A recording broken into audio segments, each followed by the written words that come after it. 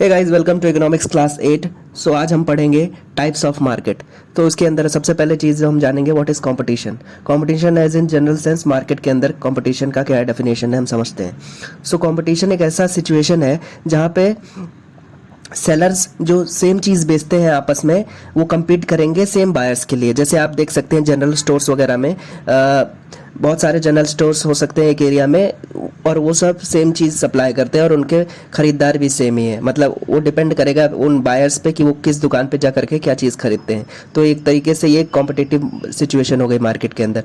तो competition it is defined as one where sellers of same commodity compete for same buyers. Okay, तो इस situation को हम कहेंगे कॉम्पिटिटिव मार्केटेबल सिचुएशन। तो इसके केस में हम देखेंगे तीन तरह के कंपटीशन होते हैं या फिर तीन तरह के मार्केट्स हम इसमें देख सकते हैं। सबसे पहला केस है परफेक्टली कॉम्पिटिटिव मार्केट, दूसरा है मोनोपोली, तीसरा है इम्परफेक्ट मार्केट। तो हम अब आज अभी जानेंगे क्या होता है परफेक्टली कॉम्पिटिटिव मार्केट। तो कोई भी मार्केट को हम परफेक्टली कम्पिटिटिव तब कहेंगे जब उसमें तीन कंडीशंस सेटिस्फाई होंगे। उसकी तीन कैरेक्टरिस्टिक्स है जो अगर फुलफिल होंगी तो हम इनमें से कोई भी अगर फुलफिल होगी तो हम समझ सकते हैं कि वो एक परफेक्टली कम्पिटिटिव मार्केट है। तो उसके कुछ फीचर्स हैं जैसे कि multiple buyers and sellers. Okay, multiple buyers होंगे, मल्टीपल सेलर्स होंगे मार्केट के अंदर।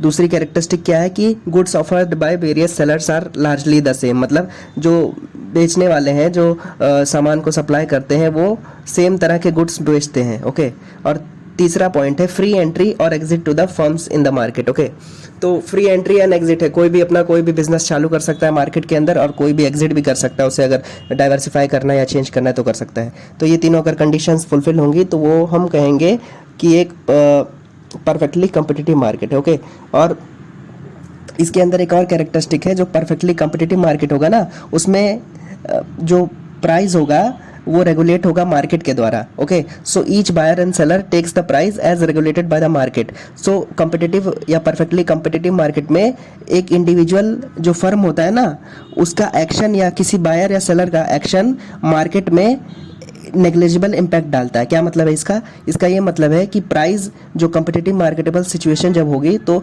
उसमें सिंगल बायर या सिंगल सेलर्स के आने और जाने से कुछ फर्क नहीं पड़ेगा। ओके, और दूसरा केस है मोनोपोली का, जो दूसरा मार्केटेबल सिचुएशन है मोनोपोली।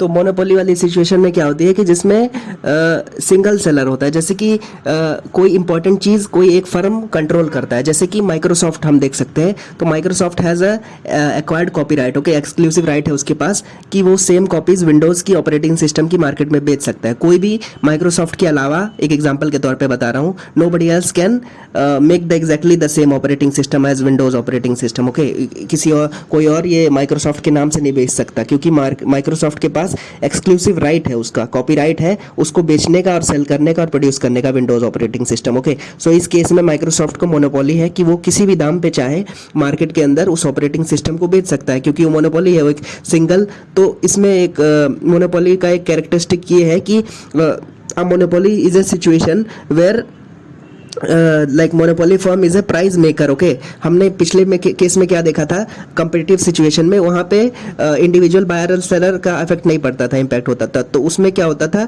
कोई भी इंडिविजुअल बायर या सेलर प्राइस टेकर होता था, लेकिन मोनोपोली के सिचुएशन में कंट्रोल करता है ये जो ओनर होता है। ओके, तो monopoly firm is a price maker. Okay, so ये है। और तीसरा सिचुएशन जानेंगे हम।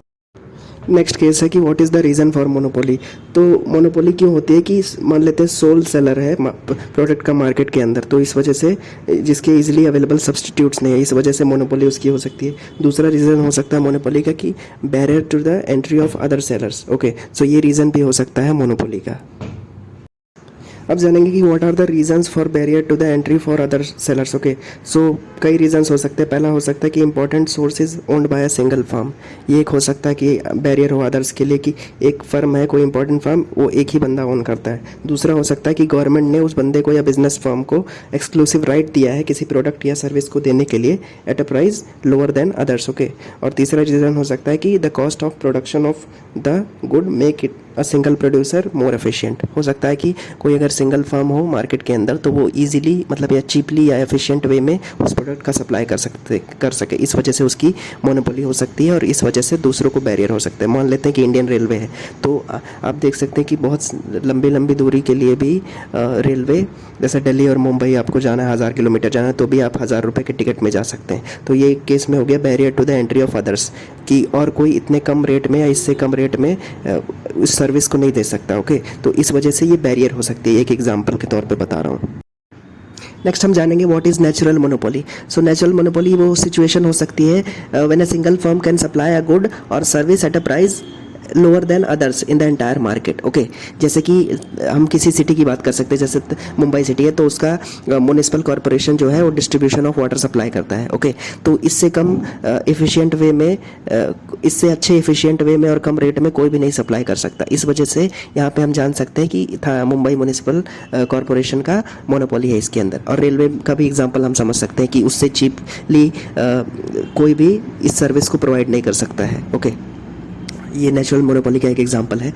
तीसरा केस है what is the meaning of imperfect market. तो इम्परफेक्ट मार्केट में क्या होता है कि बहुत कम सेलर्स होते हैं और वो जो प्रोडक्ट बेचते हैं ना आपस में वो सिमिलर हो सकते हैं। So type of market with only few sellers and each offering a product similar और आइडेंटिकल विथ अदर्स। ओके, जैसे प्राइस ऑफ ऑयल देख सकते हैं, ऑयल आप सेम ऑयल अलग अलग शॉप्स पे ले सकते हैं, या फार्मा के प्रोडक्ट्स हो सकते हैं कि अलग अलग जगह पे सेम चीज़ आप खरीद सकते हैं।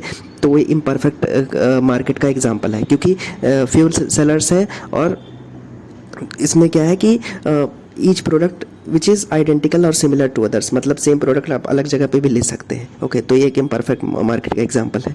तो और तीसरा क्या है, मोनोपोलिस्टिक कंपटीशन। ये क्या होता है मोनोपोलिस्टिक कंपटीशन में, यहाँ पे क्या होता है कि there are many firms selling products but which are similar but not identical. Okay, so monopolistic competition में ये होता है कि products are sold by many sellers but they are similar and not identical, same नहीं होते। जैसे market for novels हो सकते हैं, जैसे कि आपकी नॉवल की एक शॉप है, बुक स्टोर की एक शॉप है जिस पे आप नॉवेल्स और ये सब बेचते हैं, उपन्यास वगैरह, और पास में कोई और है, तो ये ज़रूरी नहीं कि जो आप बेचते हैं वो सेम वो भी बेचता हो। ओके, तो ये मोनोपोलिस्टिक कंपटीशन का एग्जांपल है कि सिमिलर प्रोडक्ट्स बेचते हैं लेकिन आइडेंटिकल प्रोडक्ट्स, या कि मतलब सेम टू सेम प्रोडक्ट नहीं हो सकते। जैसे कोई सीडी है, मूवी की सीडी है या कुछ है, कोई बेचता है और आप भी बेचते हो, या कोई वीडियो गेम है आप बेचते हो, कोई दूसरा भी बेचता है, तो ज़रूरी नहीं है कि ये दोनों सेम रहेंगे, जो आप करते हो और आपका कॉम्पिटिटर जो करता है। मतलब दोनों सेम प्रोडक्ट्स हो सकते हैं, सिमिलर हो सकते हैं कि वीडियो गेम्स है, इसके भी वीडियो गेम्स है उसके भी, लेकिन ज़रूरी नहीं है कि दोनों आइडेंटिकल ही हो। इस वजह से market for novels, movies and series and video games is an example of monopolistic competition. Okay,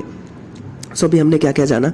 सबसे पहले जाना कि मोनोपोली क्या होती है और किस तरह से मार्केट के अंदर मोनोपोली क्रिएट होती है, क्यों बैरियर का एंट्री क्यों होता है, और परफेक्टली कम्पिटिटिव मार्केट क्या होता है, और इम्परफेक्ट मार्केट के केस में क्या होता है कि जैसे कि फ्यू सेलर्स होते हैं मार्केट के अंदर, प्रोडक्ट्स सप्लाई करते हैं जो कि सिमिलर होते हैं, आइडेंटिकल नहीं होते। और लास्ट केस हमने देखा मोनोपोलिस्टिक कंपटीशन का, जिसमें मैनी फर्म्स, बहुत सारे सेलर्स होते हैं लेकिन प्रोडक्ट्स सिमिलर नहीं होते हैं, सिमिलर होते हैं पर आइडेंटिकल नहीं होते। Okay, so this were the few things. Thank you so much watching, bye bye.